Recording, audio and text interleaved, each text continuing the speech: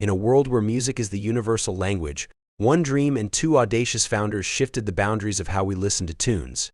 We embark on the tale of Spotify, a battle that began in a tiny apartment in Stockholm and expanded to the global music stage. From the fervor of industry profiteers to the peak of a pure idea, join us in unraveling the secrets behind the platform that unveils the magic of music.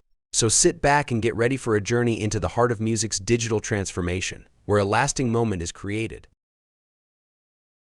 It all started from a major problem in the music industry at the beginning of the 21st century: the widespread prevalence of illegal song downloads via websites and file-sharing networks like Napster.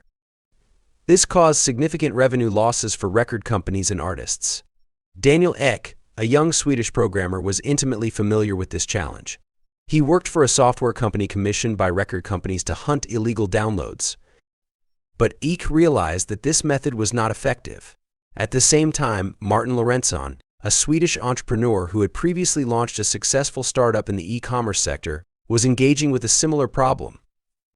He was in search of a legal solution for the use of music that would also be attractive to consumers. Establishing and designing a completely legal music library, everything began in a small apartment in Stockholm, Sweden, in 2006. Daniel Ek, a young and creative programmer, and Martin Lorentzon, an entrepreneur with a broad vision, shared a big dream to revolutionize how music was listened to and experienced worldwide. They proposed the idea of a proprietary streaming service, believing that if they made music consumption legal, easy, and inexpensive, people would no longer need to download music illegally. They were inspired to adapt to the recording industry to build an extensive library of legal songs. However, they wanted to create an intelligent and user-friendly platform that would make the music streaming experience enjoyable and secure. Initially, this idea was mocked by many in the music industry, but Ek and Lorentzon had a firm belief in its success. Daniel Ek said, "We were determined to create a legal solution that was right for both the industry and users." They began coding an advanced music playback software that could make use of streaming technology. This technology was new and allowed users to play music without the need for a full download. The prototype and demo of Spotify had a simple user interface but offered advanced capabilities like high-quality music playback, playlist creation, and even recognizing users' musical tastes. They utilized advanced technologies such as OGG Vorbis audio compression codecs to combine good sound quality with smaller data sizes. After months of hard work, they managed to prepare a usable prototype of Spotify and presented it at a startup event in Sweden in 2006. This initial demonstration attracted attention. However, to turn this idea into a real product, they needed a significant amount of capital, securing $100 million in funding to launch a new era for Spotify. Initially, they were able to gather around 15 million Swedish kronor, equivalent to $1.6 million at the time, from several local venture investors in Stockholm. But this amount was not enough, and they had to look for more financial resources. Ek and Lorentzon decided to travel to other European countries to try their luck in attracting new investors. However, in many presentation meetings, the idea of a proprietary music streaming service was ridiculed and rejected by investors.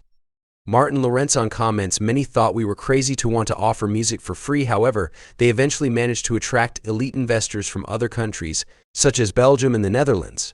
One of them was the Dutch investment firm Northzone, which provided the largest share of €13.5 million in startup capital. With this initial capital of around $100 million, which included €13.5 million from Northzone and other amounts from investors in various European countries such as Belgium, totaling around $100 million, Spotify was able to hire a larger development team and focus on building and improving the platform. The next challenge, however, was convincing major record companies to grant music licensing rights to this upstart. The sales and marketing team of Spotify spent about a year in lengthy and challenging negotiations with companies like Universal, Sony, and Warner. Many of them initially had concerns about the idea of a free proprietary music streaming service. Senior negotiator for Spotify, Jonathan Dolden, said, "At first they thought we were out to destroy their industry, but ultimately, after mobilizing all resources and countless meetings, Ek and Lorentzon managed to sign the first licensing agreements with some of these companies in October 2008. This allowed them to finally launch their public service with an acceptable music library in a limited market, crafting an exceptional version of Spotify with an enticing user interface. After the initial conception in 2006, securing $100 million in funding, and obtaining the rights for music distribution, Daniel Ek, as the lead programmer, worked on the design and creation of the final version of the Spotify software, and a team of software developers joined him. They faced many technical challenges from the beginning. One of the main problems was creating a stable platform for streaming high-quality songs. At that time, internet speeds and the processing power of personal computers were limited. The team had to develop efficient data transfer protocols and complex compression algorithms to be able to play music without quality degradation. This process took about a year. On the other hand, they had to design an attractive and user-friendly interface so that the experience of using Spotify was simple and enjoyable. This was very difficult at the time.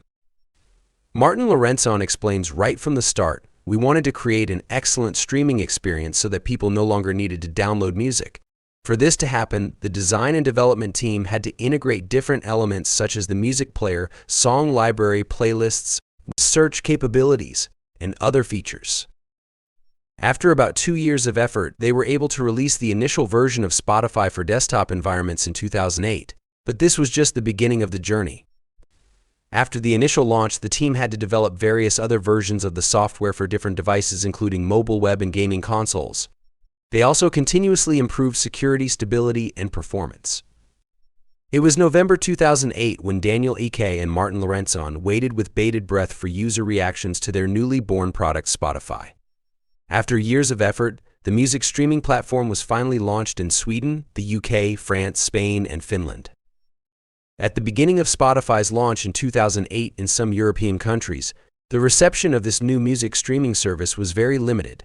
By the end of 2009, only about 1 million users had installed the software. Reasons for this included low public awareness of the new concept of music streaming, resistance from some major recording companies to grant licenses, limited music library at the beginning of the launch, and lack of mobile device support in the early stages.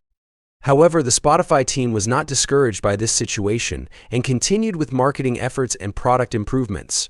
Over time, as public awareness increased, users enjoyed Spotify's service quality, its extensive music library, and smooth user experience. The number of users started to grow rapidly, from 1 million users at the end of 2009 to 10 million users by the end of 2010. During this period, Spotify was able to obtain more licenses from recording companies and expanded its music library.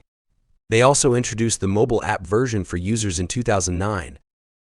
However, the biggest challenge was from the major music companies that were still wary of this new business model. Daniel says, one of the senior managers at Universal told me I must be insane to think people would pay money for free music. But the two young founders did not give up. They implemented a dual revenue strategy, a free version with ads and a premium version with a monthly subscription fee. Despite the rapid user growth, turning Spotify into a sustainable and profitable business required a stronger revenue model. The solution was the introduction of the premium version. In 2010, Spotify introduced the premium version at $9.99 per month. This version offered special features such as ad-free playback, higher sound quality, and offline downloads. This change in business model faced challenges. Some users preferred the free version. But with time and the improved benefits of the premium version, the number of subscribers increased, venturing into the profitable yet competitive US market.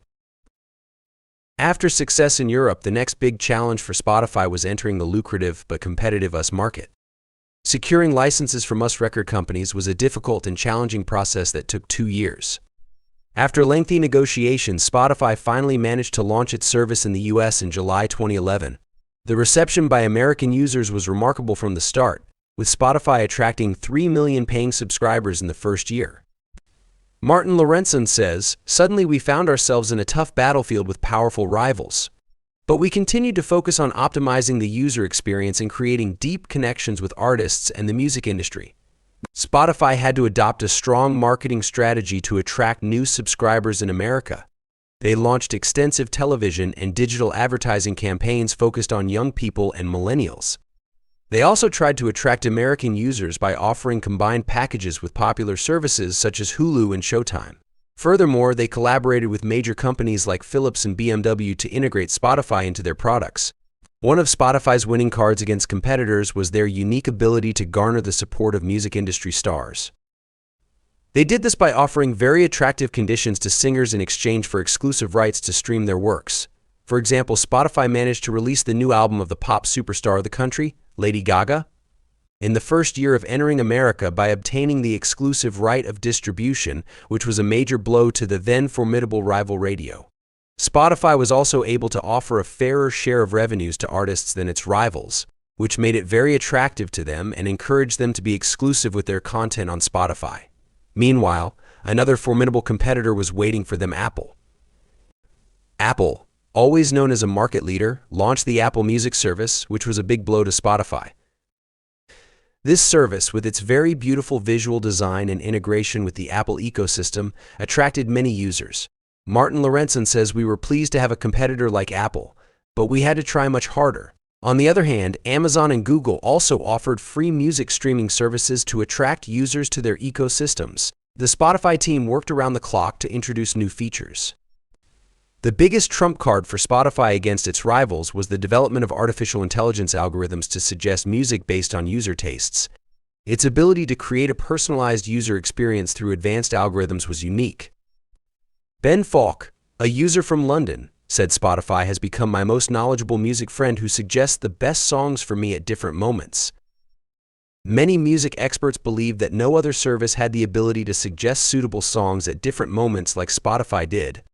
After launching the AI-based personalization algorithms, we witnessed a significant growth in Spotify's key metrics. The daily and monthly usage of the service by users increased significantly. The percentage of time each person spent listening to songs on Spotify went up. The user retention time on the Spotify app and website increased significantly. Due to more variety and personalization, users spent more time listening to music on Spotify. The conversion rate of free users to paid accounts premium improved significantly. The number of Spotify's paying subscribers grew rapidly.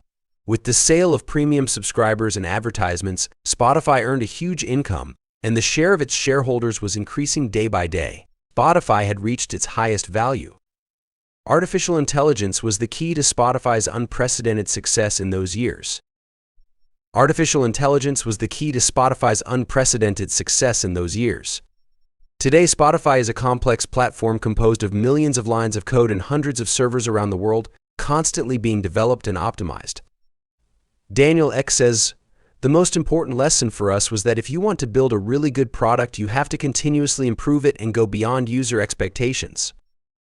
Therefore, the process of making Spotify was truly a complex technical and engineering marathon that, over several years of the development team's hard work, turned this innovative idea into a powerful platform and a market leader in the music streaming industry.